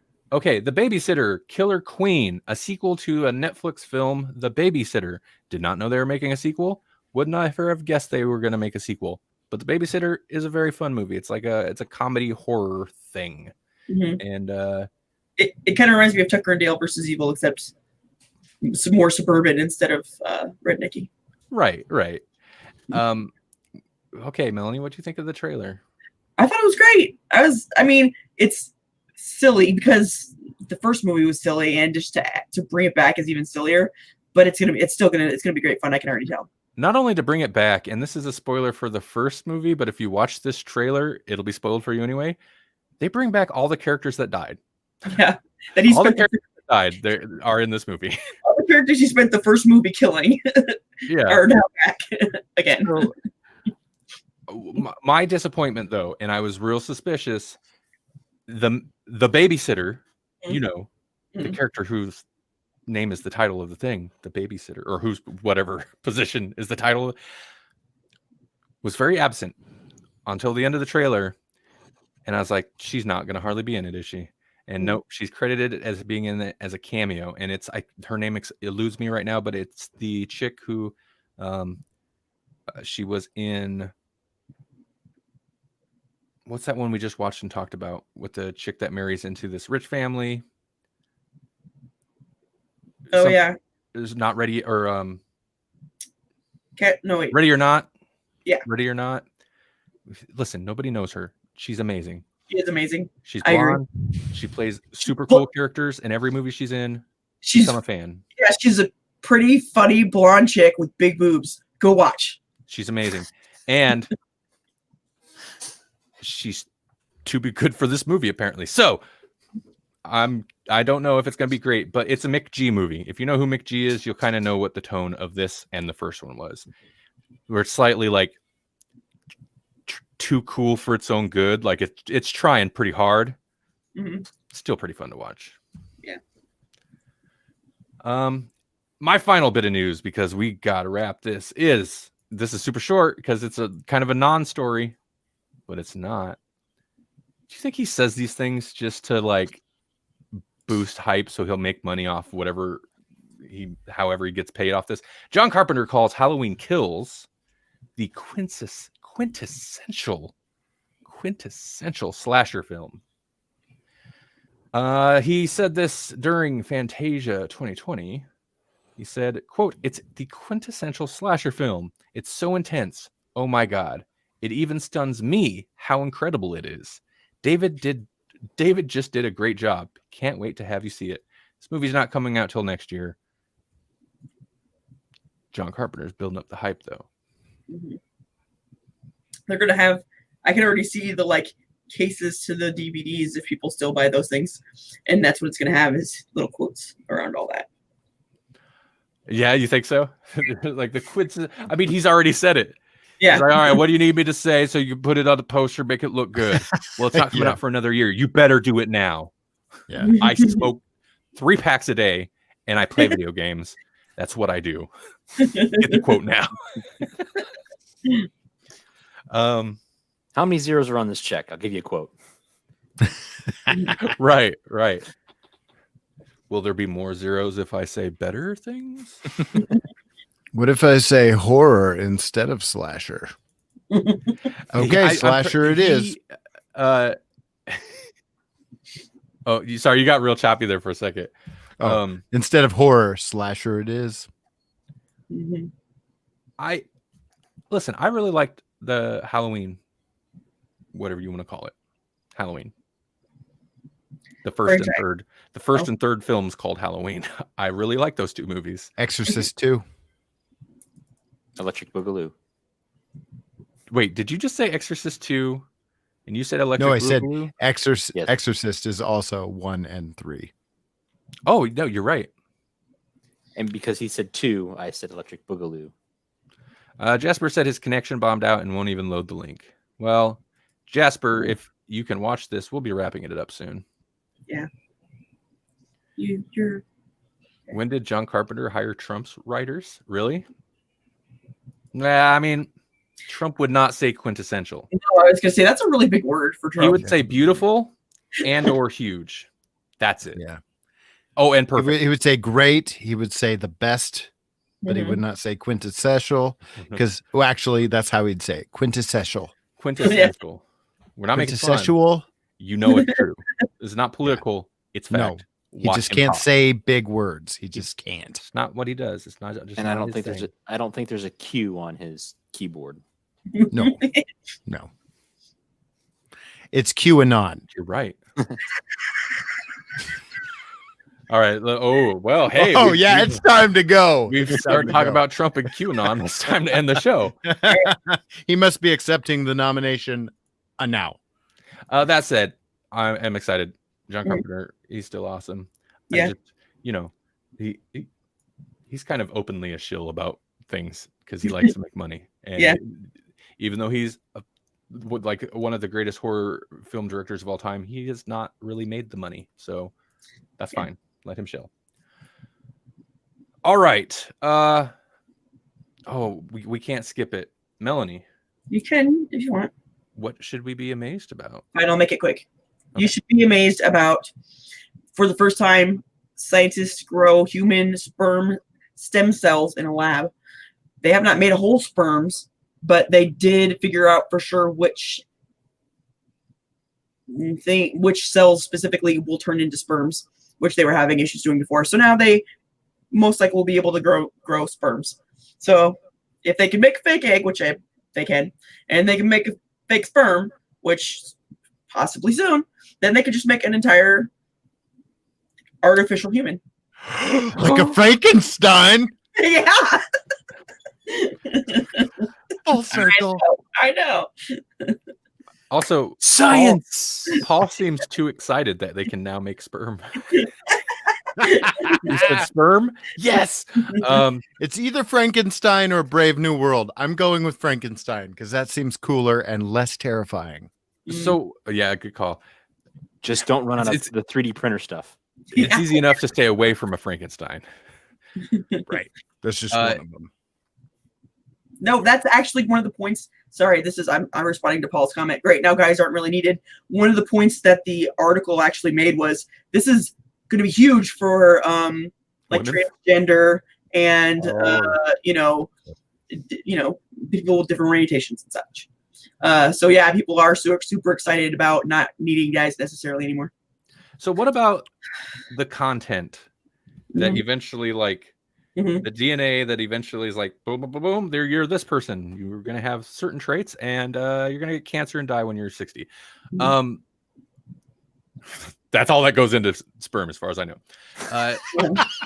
So, is it just gonna be like blank slate, or are they gonna eventually hope to engineer blank slate neck bolt? That's where you install the personality. Yeah. Well, I believe it's gonna be on my tablets. Kind of like they do with eggs now, where it's like the shell of it is artificial or made, but the DNA inside of it comes from the person wanting to have the child. So it's your DNA. It's just they plant it in. Like if you can't produce the egg yourself, they can still put your DNA in an artificial egg. If you can't produce the sperm yourself, or if you just want to make your own sperm from some random guy, I don't know how they're gonna do the if they're not using an actual person in their relationship. I mean, but it's gonna be like that basically, and it's gonna help a lot with infertile couples. I think even more because sperm count is going down. I don't know if you guys know this, but worldwide male sperm count's been going down for a while. So it's something they're worried about. So this is actually a really good breakthrough to be happening. Even though it's weird and Frankenstein-y, it's might be save the human race. Woo! We're circling the drain. It's fine. Hey, speaking of circling the drain, what monster are we doing? Did you guys talk about that? No. What monster should we do next week? Circling the drain. Go to the Grawlixpodcast.com where you can circle the drain live with us. We're all circling. We all float down here. Oh, at 8. I think I just said it. Thursday nights. I think I just said it. Clowns. Okay. Just clowns. Okay. And if you're having trouble finding something interesting or unique that's not it, circus, something like that. Clown themed horror. Ooh, clown. Yeah. How's that? Can they be? That's terrifying. Let's do it. They can definitely be from outer space. Yeah. Oh yeah. Jasper, if you're still listening, yeah, whatever. Carranzo Media. Go find Jasper. So I mean, he's not here to promote his stuff, so. Or go back and listen to old episodes of the Grawlix Cinematic Universe where you can find Carranzo Media talking about movies, mashing them up with old podedit.com up here. Right. And you can find that as well as more episodes of what you're hearing now at grawlixpodcast.com. It's GRAWLIX podcast.com. Matt, where can they find your stuff? Because you have lots of it. You can check out the EMC Podcast Network, where you can find 3 of my shows. That's right, 3 for the price of 1 site. You can see the 60s Reboot Podcast, where we talk about classic 60s television shows where I reboot and make them for more modern audiences. The second one is, hey, you got comic books? You like kids? Oh, wait. Whoa. Hold on. You like comic books? You got kids? Check out Comics with My Kids podcast, where I talk about comics books with my kids that they've read and reviewed. It's fun to listen to. It's great to edit. I bet. I can't imagine. Kids? Oh. And the last one is, hey, I got a new book podcast where my son and my nephew talk about kids' books. They like to read them and review them themselves. And it's kind of the same thing with Comics with My Kids, but it's just those two. I'm not in it. I just listen to it and I help edit it and get it all going. But yeah, it's a fun it's fun to listen to kids complain about writers and give their opinions on the different books. So I can definitely say those are probably the two most wholesome shows on electronicmediacollective.com. Yep. And they're clean, super clean. Clean. All right. Thanks everybody for watching. Thanks everybody in the future for listening. Have a good weekend. Go watch some Frankensteins and Zack Snyder's. And come back later for your clowns. You're clowning around. Next week, clowns. Watch something clown related and come chat us up about it. Yep. All right. Bye everybody.